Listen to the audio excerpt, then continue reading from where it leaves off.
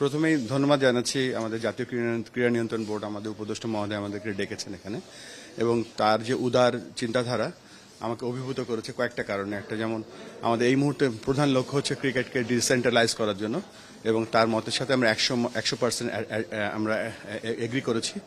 এবং তিনি যেভাবে ফেসিলিটি ডেভেলপমেন্টের জন্য বাংলাদেশ গভর্নমেন্টের যে অন্য ডিপার্টমেন্ট, যেমন ধরুন এডুকেশন মিনিস্ট্রি বা যারা বা সার্ভিসেস যারা আছে, তাদেরকে একসাথে নিয়ে যে ইভেন্টগুলো রান করতে বলেছে, এটা আমাদের যে প্ল্যান আছে, আমরা একটা চার্টার তৈরি করেছি আমাদের নিজেদের জন্য, সেটার সাথে 100% মিলে গিয়েছে সামহাও। সো আমরা খুব হ্যাপি যে পরিমাণ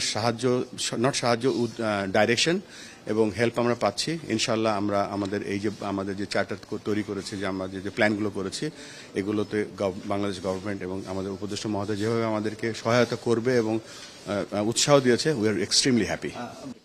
ক্রিকেটকে প্রায়োরিটি দিচ্ছি। ক্রিকেটকে এই জন্য দিচ্ছি, আমরা চাচ্ছি যে গ্রামের একটা ছেলে সে যেন ভালো খেলে উপজেলায় আসতে পারে, উপজেলা ছেলেটা যেন জেলায় আসতে পারে, এবং জেলা থেকে বিভাগে এবং ন্যাশনাল লেভেলে আসতে পারে। সেই পাথওয়েটা ক্লিয়ার করছি, এবং আপনি জেনে খুশি হবেন যে আমরা স্কুল ক্রিকেটকে নতুনভাবে সাজাবো, এবং সবথেকে বড় যেটা হচ্ছে তখন অটোমেটিক্যালি জাতীয় দলের পারফরমেন্সও বেটার হবে। তখন আমাদের কাছে অ্যাভেলেবেল ভালো প্লেয়ার বা হাই পারফরমেন্স প্লেয়ার আরও বেশি থাকবে আমাদের হাতে। মানে গ্রাফ তো সবসময় ওঠে নামে, এটা শুধু বাংলাদেশ বলেন, সবার জন্যই। আর আমি আমার এই রোলে এসে 2 দিন হলো, আমি আরেকটু দেখে নেই ব্যাপারগুলো, তারপর আমি বলতে পারবো। আর যেটা পারফরমেন্স যেটা আছে, এটা বাউন্ড করবে, এটা অবশ্যই উপরের দিকে যাবে যদি আমরা পরিকল্পনাগুলো বাস্তবায়ন করতে পারি। আইসিসির ব্যাপার যেটা, সেটা আইসিসির সাথে বাংলাদেশ ক্রিকেট বোর্ডের কোনো কনফ্লিক্ট নেই। যদি তাদের কোনো কনফ্লিক্ট থাকে তারা আমাদের জানাবে, এখন পর্যন্ত আমরা কিছু জানি না।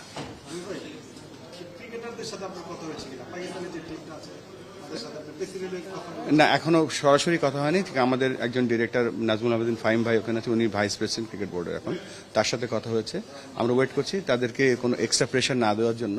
আমরা যেহেতু আমার কাজটা প্লেয়ারদের সাথে কথা বলা না, আমার কাজ হচ্ছে ডাইরেক্টরদের সাথে কথা বলা, যখন সুযোগ হবে তাদের সাথে অবশ্যই বসবো। আর টুর্নামেন্টের মাঝখানে আমার মনে হয় তাদের যে প্ল্যান আছে সেখানে কথা না বলাই ভালো।